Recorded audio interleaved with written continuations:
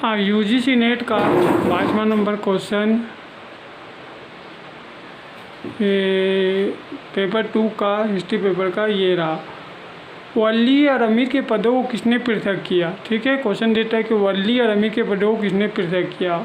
ए number पे दिया है बलवान, बी नंबर पे दिया अलाउद्दीन खिलजी, डी नंबर पे दिया हुआ है गयासुद्दीन तुगलक, डी नंबर पे दिया है मोहम्मद तुगलक। ठीक है, तो इसका तो वली और अमीर के पदों को किसने पृथक किया, तो इसका आंसर हो जाएगा मोहम्मद तुगलक। आंसर हो जाएगा डी। ठीक है, 23वां नंबर क्वेश्चन है कि निम्नलिखित में कौन सा वाक्य सही नहीं है। तो ए नंबर पे दिया हुआ है सुल्तान जैनुल अब्दीन ने अपने दरबार में सैयदों को कभी भी तनाशाही शक्ति हथियाने की इजाज़त नहीं दी। ठीक है, बी नंबर पे बोलता है कि वह अपने को अमीरुत मोमिन कहता था। उसने सी नंबर पे कहता है कि उसने कृषि उत्पादन विस्तार के अत्यधिक रुचि ली। डी नंबर कहता है उसने शेखुल इस्लाम के पद को समाप्त कर दिया। ठीक है, तो क्वेश्चन बोल रहा है कि वाक्य कौन सा सही नहीं है। तो सुल्तान जैनुल आबिदीन ने अपने दरबार में सैयद कभी भी तानाशाही की शक्ति हटाने की इजाज़त नहीं दी, ये बिल्कुल सही है।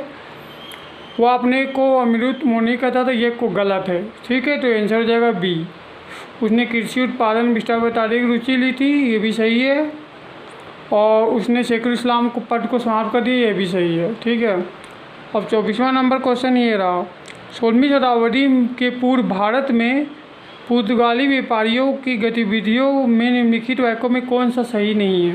और 16वीं शताब्दी में जब पुर्तगाली भारत में आए तो वाक्य कौन सा सही नहीं है। पहला लिखा हुआ है कि लाल सागर मार्ग द्वारा भारत में सर्वप्रथम प्रवेश करने वाले यूरोपवासी थे।